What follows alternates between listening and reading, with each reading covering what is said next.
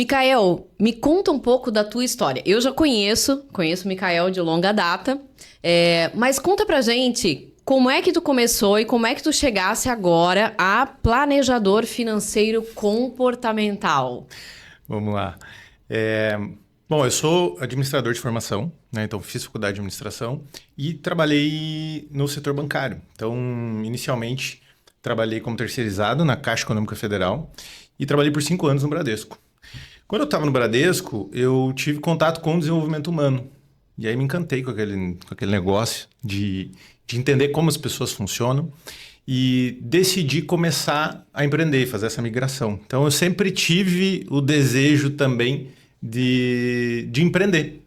E aquela foi uma oportunidade para empreender. Então, em 2016, eu tomei a decisão de sair do banco, pedir demissão e começar a empreender na área de desenvolvimento humano. Nesse tempo, foram 6 anos trabalhando única e exclusivamente com desenvolvimento humano, mais especificamente com gestão emocional. E nesse segmento foi onde eu comecei a empreender. Nessa transição, eu costumo dizer que eu tive o que eu chamo de sorte de principiante, né? Eu saí do banco, eu tinha uma renda X e 6 meses depois eu já tinha uma renda 3 vezes superior ao que eu tinha no banco. E aí, naquele momento, eu tive aquela sensação de tô rico, né? Ou Sim. seja, 3 vezes mais do que eu ganhava, então aquilo fez com que eu começasse a ver o empreendedorismo como... Eu falei, cara, como que eu não conhecia isso aqui antes, né? E foram assim por 2 anos. Até que, em 2018, eu comecei a entrar num problema financeiro, porque a minha renda caiu e os meus custos aumentaram, né? Eu sou natural de Foz do Iguaçu, me mudei para Curitiba para iniciar uma franquia desse negócio. E aí, ali, eu comecei a ter uma queda no meu faturamento, consequentemente na minha renda, e um aumento dos meus custos. Só que eu não quis muito olhar para isso, assim, sabe? Como é a maioria Do início dos dos empreendedores. empreendedores, né? Isso aí. Então é aquela coisa do tipo, não adianta ficar olhando para isso, a gente tem que olhar para a venda e é só vender mais aqui que o negócio resolve. Resumo da história, né? Em 2020 veio a pandemia e eu, como a maioria dos pequenos empreendedores, sofri muito. A empresa era de treinamentos, então não tinha o que fazer. A gente parou, não podia dar treinamento presencial. A nossa empresa era uma empresa que tinha um único produto, que era entregue de uma única forma. Essa forma era presencial, a gente não tinha o que fazer. E aí ali eu tive que parar e olhar para a minha situação financeira. E eu nunca tinha parado de fazer conta.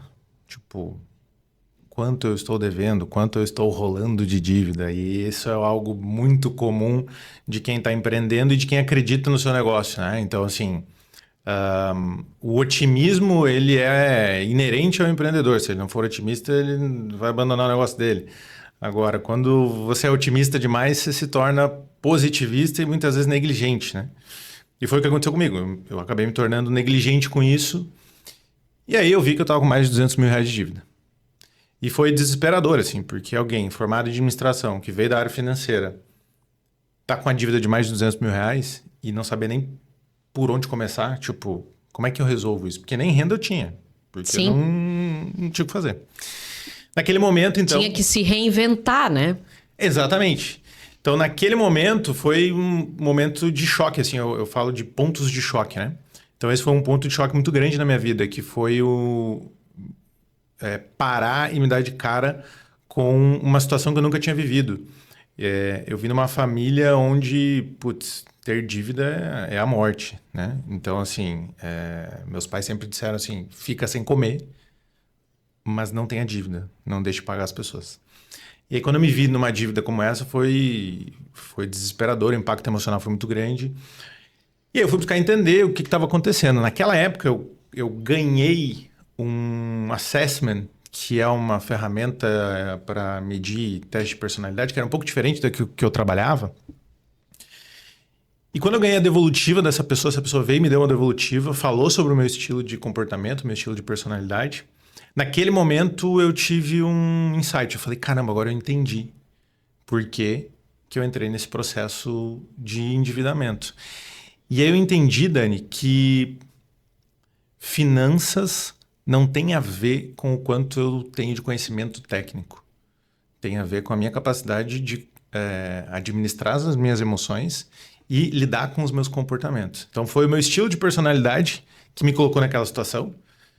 E eu falei, cara, é ele que vai ter que me tirar daqui. Então, a partir daquele momento, eu comecei um movimento de fazer uma reestruturação financeira. E foram, então, 8 meses para regularizar as minhas dívidas e mais 6 meses para construir reserva financeira. E foi aí que eu decidi voltar a atuar novamente no mercado financeiro. Voltei para o mercado financeiro através de assessoria de investimentos. Então, fui atuar com assessoria de investimentos. E aí eu me perguntei assim, falei, tá, mas... E aí todo o conhecimento que eu adquiri trabalhando com comportamento humano, trabalhando com gestão emocional, o que eu faço com isso? Vou aproveitar como isso, né? E na minha cabeça era assim, como que eu comunico isso para as pessoas, né? Tipo, porque um cara que estava empreendendo na área de desenvolvimento humano decidiu agora ir para a área de finanças, o que a maioria das pessoas que me conheciam não sabiam que eu já tinha trabalhado no banco e não sabia a minha área de formação. E é interessante porque como são duas áreas que aparentemente são dispersas, né? Elas não são nada parecidas e as pessoas geralmente lidam com elas diferentemente ou divididamente. Eu vou tratar a minha personalidade ou eu vou tratar o meu financeiro separado. As pessoas não lidam com isso junto. Para juntar isso, tu deve ter tido E foi esse o insight que eu tive. Porque, olha que loucura, né? A minha formação é administração, trabalhei na área financeira por muito tempo. Depois eu saí disso e trabalhei com gestão emocional, desenvolvimento, personalidade e tudo mais. Só que eu só fui olhar essas duas coisas juntas quando eu tive um problema. Quando eu tive um problema financeiro. E aí eu busquei compreender o que estava por detrás desse problema financeiro. E aí eu entendi que tinha a ver com as emoções, com os comportamentos e com o que eu tinha negligenciado. Não era a falta de conhecimento em relação a produtos financeiros, a como lidar com o dinheiro, a como fazer administração. De certa maneira, isso é muito simples, assim. Eu costumo dizer que, cara, finanças, a matemática das finanças, ela é muito, muito simples. Mas o teu emocional, às vezes, não deixa você olhar para aquele problema. Exato. Né? Então, você sabe que tá em desalinho, mas você não quer olhar para saber quanto exatamente é a dívida mensal, quanto que é o déficit, se tem déficit ou se tem saldo positivo, né? Isso é muito comum e é uma característica muito comum de todos os meus clientes, né? Então, naquele momento, eu tomei essa decisão e aí eu comecei a fazer essa reestruturação. Voltei a atuar no mercado financeiro através de assessoria. E aí alguns amigos começaram a ver no meu Instagram que eu estava trabalhando com isso. E eles vieram falar, cara, tu faz consultoria? Tu faz algum tipo de mentoria? Daí eu falei, não faço. Por quê? Tu precisa para alguém e tal, que tu conhece? Não, é para mim. Eu falei, como assim para ti? E aí eu comecei a descobrir que algumas pessoas que eu conhecia, que eram amigos meus, tinham um problema financeiro e eu não fazia ideia. Não aparentam, mas tem. Exatamente. E eu falei assim... Não, cara, eu te ajudo. Tá, e quantos tu me cobra? Eu falei, não faço a menor ideia, porque eu não tenho um produto sobre isso. Eu apliquei na minha vida, funcionou e eu posso te ajudar. E foi aí que começou a nascer esse trabalho. Então, eu costumo dizer, eu não sou planejador financeiro de formação, eu sou planejador financeiro de vivência. Então, foi algo que aconteceu comigo. Eu reestruturei minha vida financeira. A partir disso, eu comecei a ajudar alguns amigos. Então, teve uns 3 ou 4 amigos que eu ajudei. Gerou resultado com eles também. E aí, eles falaram, cara, isso aí pode virar um produto e tal. E daí nasceu, primeiro, o processo de mentoria financeira, baseado na personalidade. Então, a mentoria se chama Personalidade que Rende Juros. Então, a partir da personalidade, a gente começa a estruturar toda a questão financeira. E aí eu comecei a ir tendo alguns clientes. Inicialmente, os clientes que já tinham sido meus clientes na parte de desenvolvimento humano. E depois, outros clientes que acabaram vindo através deles, né? E até início desse ano, eu atuei ainda com assessoria de investimentos. Mas eu identifiquei que, cara, de fato, eu sou mais útil e eu acredito que as pessoas precisam mais de mim do que as instituições financeiras. Sim. Então, elas têm muito mais poder e as pessoas têm muito mais dificuldade de lidar com isso. E como minha principal especialização, até por hora de contato, é com comportamento humano, porque foram mais de 2.000 pessoas que eu atendi, que eu treinei. E tranquilamente foi mais de 6.000 horas de mentoria individual que eu fiz. E eu posso dizer, eu fiz o treinamento contigo. É verdade. E ele realmente faz com que você olhe para as outras pessoas de outra forma, além de olhar para si mesmo de outra forma. Então, aquele treinamento que tu tinhas antes, ele já dava algum resultado, né? E olha que eu fui uma cliente muito avessa, né? Eu não queria muito mudar. Eu diria. Mas era avessa mesmo, assim. Eu não estava acreditando em nada daquilo, sim, né? Eu sim. sou da área financeira, também sou muito cética, Sim, né? Nesse ponto. E me fez muito bem. Então, assim, eu entendo que hoje o que tu tá aplicando deve ter um resultado fantástico. Eu costumo dizer que... bom, tu trabalha atendendo empresários também, então tu vê isso na prática todo dia, né? Muitas vezes quando a gente olha só para a parte de números, a gente... É como tomar um remédio para dor de cabeça, sabe? A gente resolve aquele problema ali na hora, só que se a gente não entendeu por que eu tô tendo dor de cabeça de maneira recorrente, ou quais são os hábitos que estão fazendo com que eu tenha dor de cabeça, não vai resolver. É buscar a causa e não a solução, né? Exatamente. Eu preciso buscar a raiz do problema, porque senão eu vou estar sempre remediando. E é o que acontece com a maioria das pessoas. A maioria dos... principalmente empresários, empreendedores. Eles buscam uma consultoria quando? Quando deu BO. Entendeu? Sim. É como quando eles buscam a organização financeira também. Ou a consultoria, ou o BPO, ou algum profissional dessa área, um contador que é consultivo, né? Sempre quando a pessoa está já num nível de endividamento é que ela vai buscar uma solução. E é um pouco cultural, porque se a gente for olhar, para tudo é assim, né? A gente só procura um médico quando a gente está com problema. A gente só procura um nutricionista quando a gente percebe que a gente está fora do peso daquilo que a gente gostaria. Então a gente tem uma tendência, uma cultura de remediar e nunca de compreender profundamente para evitar que aqueles problemas continuem acontecendo.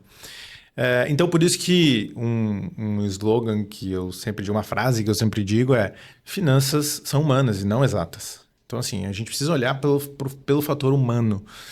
E grande parte dos planejadores que eu conheço e dos consultores vai olhar de maneira muito racional para os números.